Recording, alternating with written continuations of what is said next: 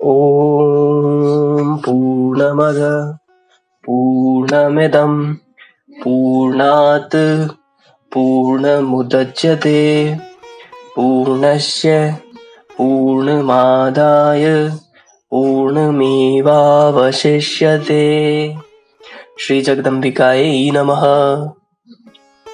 आज हम जगदम्बा अम्बा की कृपा से चतुर्थ स्कंद का 14वां अध्याय का पठन और श्रवण शुरू करने जा रहे हैं, जिसमें शुक्राचार्य द्वारा दैत्यों को बृहस्पति का पाखंड पूर्ण कृत्य बताना, बृहस्पति की माया से मोहित होकर दैत्यों का उन्हें फटकारना, क्रुद्ध शुक्राचार्य का दैत्यों को शाप देना, बृहस्पति का अंतर्ध्यान हो जाना, प्रहलाद का शुक्राचार्य जी से क्षमा मांगना और शुक्राचार्य का उन्हें प्रारब्ध की बलवत्ता समझाना वर्णित है। ओम चंडिका देवी को नमस्कार है। व्यास जी बोले, मन में ऐसा सोचकर उन दैत्यों से शुक्राचार्य ने हंसते हुए कहा, हे दैत्यगण, मेरा स्वरूप बनाए हुए उस देवगुरु बृहस्पति ने तुम लोगों को ठग लिया है क्या? शुक्राचार्य मैं हूँ और ये देवताओं का कार्य सिद्ध करने वाले देवगुरु बृहस्पति है। हे मेरे यजमानों, इन्होंने तुम सबको अवश्य ठग लिया है, इसमें संदेह नहीं है। हे आर्यों, इनकी बातों पर विश्वास मत करो, ये पाखंडी हैं तथा मेरा स्वरूप बनाए हुए हैं। हे यजमानों, तुम लोग मेरा अनुसरण करो और इन बृहस्पति का त्याग कर दो।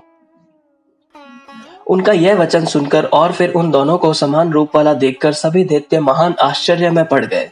पुनः उन्होंने विचार किया कि हो सकता है कि ये शुक्राचार्य हो।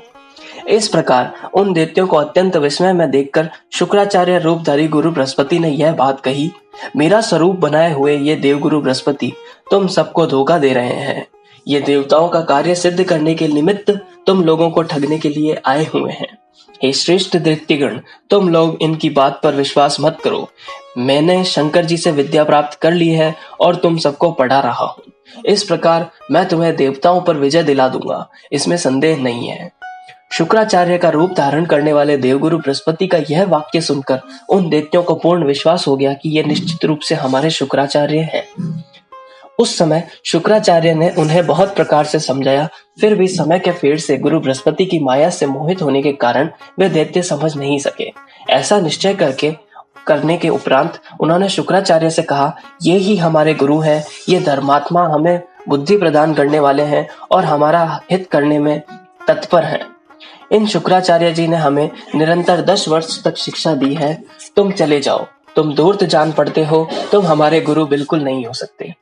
ऐसा कहकर उन मूर्ख दैत्यों ने शुक्राचार्य को बार बार फटकारा और बृहस्पति को प्रेम पूर्वक प्रणाम तथा अभिवादन करके उन्हें ही अपना गुरु स्वीकार कर लिया।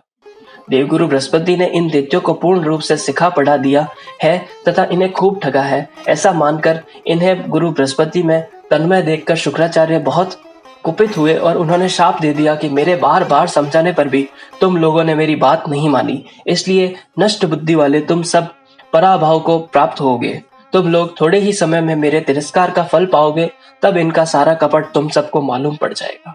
व्यास जी बोले, ऐसा कहकर क्रोध में भरे शुक्राचार्य तत्काल चल दिए और शुक्राचार्य रूपधारी बृहस्पति प्रसन्न होकर निश्चिंत भाव से वहां रहने लगे।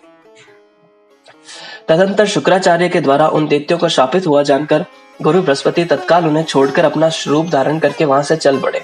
उन्होंने जाकर इंद्र से कहा, मैंने आपका कार्य संपूर्ण कर दिया है, भली भांति बना दिया है। शुक्राचार्य ने उन दैत्यों को शाप दे दिया है और बाद में मैंने भी उनका त्याग कर दिया। अब मैंने उन्हें पूर्ण रूप से असहाय बना दिया है। अतः हे श्रेष्ठ देवतागण, आप लोग युद्ध के लिए अब उद्योग करें। हे महाभाग, मैंने उन दैत्यों को शाप से दग्ध कर दिया है। गुरु बृहस्पति का यह वचन सुनकर इंद्र बहुत आनंदित हुए और सभी देवता भी हर्षित हो उठे। तत्पश्चात गुरु बृहस्पति की पूजा करके वे युद्ध के लिए मंत्रणा करने लगे। आपस में भली भांति सोच विचार करके सभी देवता एक साथ मिलकर दानवों से लड़ने के लिए वहां से निकल पड़े। उधर महाबली देवताओं को युद्ध की तैयारी करके आक्रमण के लिए उद्यत तथा शुक्राचार्य रूपधारी बृहस्पति को अंतर्हित जान करके दैत्यगण बहुत चिंतित हुए। अब उन्होंने देवगुरु माया से मोहित वे दैत्य आपस में कहने लगे कि वे गुरु शुक्राचार्य कुपित मन होकर यहाँ से चले गए, अतः हमें उन महात्मा को भली भांति मनाना चाहिए। वह पापी और कपट कार्य में अत्यंत प्रवीण देवगुरु हमें ठगकर चला गया। अपने भाई की पत्नी के साथ अनाचार करने वाला वह भीतर से कलुषित है और ऊपर से पवित्र प्रतीत होता है। अब हमें क्या करें? और कहाँ जाए। अत्यंत कुपित गुरु शुक्राचार्य को अपनी सहायता के लिए हम किस तरह हर्षित तथा प्रसन्न चित्त करें। ऐसा विचार करके वे सब एकजुट हुए। प्रहलाद को आगे करके भय से कांपते हुए वे दैत्य पुनः भृगुपुत्र शुक्राचार्य के पास गए। वहां पहुंचकर उन्होंने मौन धारण किए हुए उन मुनि के चरणों में प्रणाम किया। तब क्रोध से लाल नेत्रों वाले शुक्राचार्य ने उनसे कहने लगे, हे यजमानों, मैंने तुम लोगों को बहुत समझाया, किंतु देवगुरु की माया से व्याग मुग्ध रहने के कारण तुम लोगों ने मेरा उचित हितकर और निष्कपट वचन नहीं माना। उस समय उनके वशवर्ती हुए तुम सबने मेरी अवहेलना की। मद से उन्मत्त रहने वाले तुम सबको मेरे अपमान करने का फल अवश्य मिल गया। तुम लोगों का सर्वस्व छिन गया। तुम लोग वहीं पर चले जाओ जहां वह पर कपटी, छली और देवताओं का कार्य सिद्ध करने वाला बृहस्पति विद्यमान है। मैं उसकी तरह ही वंचक नहीं हूँ। व्यास जी बोले, इस प्रकार संदेह युक्त वाणी में बोलते हुए शुक्राचार्य ने के दोनों पैर पकड़कर प्रहलाद ने उनसे कहने लगे। प्रहलाद बोले, हे भार्गव, हे सर्वज्ञ, अत्यंत दुखी होकर आज पास आए हुए अपने पुत्र तुल्य तथा हित चिंतक हम यजमानों का आप त्याग न करें। मंत्र प्राप्ति के लिए आपके चले जाने पर उस कपटी तथा दुष्टात्मा बृहस्पति ने अपनी वेशभूषा तथा मधुर वाणी के द्वारा हम लोगों को खूब ठगा। शांति संपन्न व्यक्ति किसी के द्वारा अनजाने में किए गए अपराध से कुपित नहीं होता। आप तो सर्वज्ञ हैं, अतः जानते हैं कि हमें लोगों को चित्त सदा आप में ही अनुरक्त रहता है। अतः हे महामते, अपने तपोबल से हम लोगों का भाव जानकर आप क्रोध का त्याग कर दीजिए, क्योंकि सभी मुनिगण कहा करते हैं कि साधु पुरुषों को क्रोध क्षण भर के लिए ही होता है। जल स्वभाव से शीतल होता है, किंतु अग्नि और धूप के संपर्क से वह गर्म हो जाता है। वही जल आग तथा धूप का संयोग दूर होते ही पुनः शीतलता प्राप्त कर लेता है। क्रोध चांडाल रूप होता है। बुद्धिमान लोगों को इसका पूर्ण रूप से त्याग कर देना चाहिए। अतः हे सुव्रत, क्रोध छोड़कर आप हम पर प्रसन्न हो जाइए। हे महाभाग, यदि आप क्रोध का त्याग नहीं करते बल्कि अत्यंत दुखित हम लोगों का त्याग ही कर देते हैं, तो आपसे परित्यक्त होकर हम सब रसातल में चले जाएंगे। व्यास जी बोले, प्रहलाद का वचन सुनकर शुक्राचार्य ज्ञान दृष्टि से सब कुछ देख करके प्रसन्नचित्त हो उनसे हंसते हुए बोले, हे दानवों, तुम लोगों को अब न तो डरना है और न रसातल में ही जाना है। मैं अपने अचूक मंत्रों से तुम सब यजमानों की निश्चय ही रक्षा करूंगा। हे धर्मज्ञों, पूर्व काल में मैंने ब्रह्मा जी से जो सुना था वह हितकर सत्य तथा अटल बात मैं आप लोगों को बता रहा हूँ।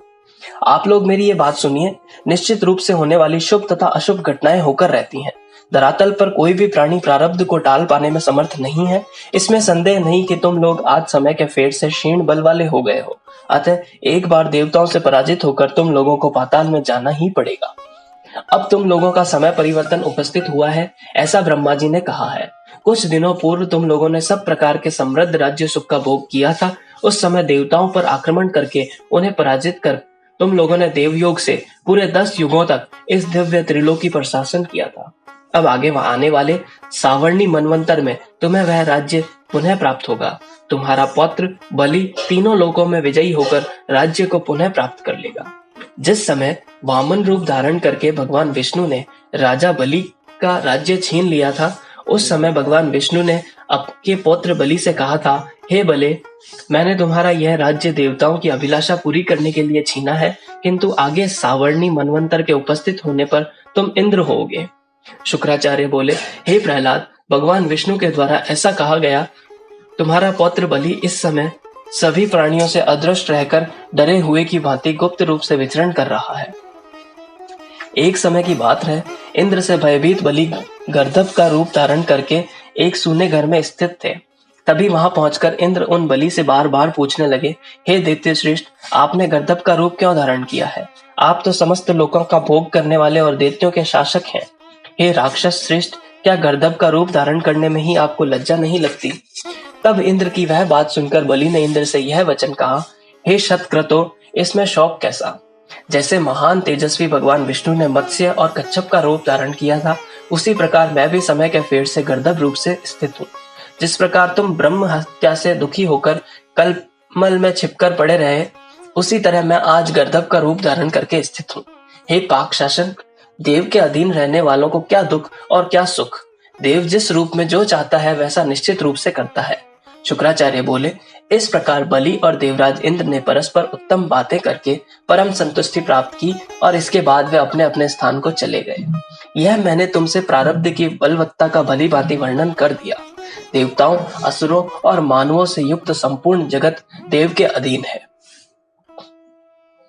इस प्रकार 18,000 श्लोकों वाली श्रीमद् देवी भागवत महापुराण संहिता के अंतर्गत चतुर्थ स्कंद का प्रहलाद के द्वारा शुक्र को सात्वन नामक 14वां अध्याय। ओम तत्सत।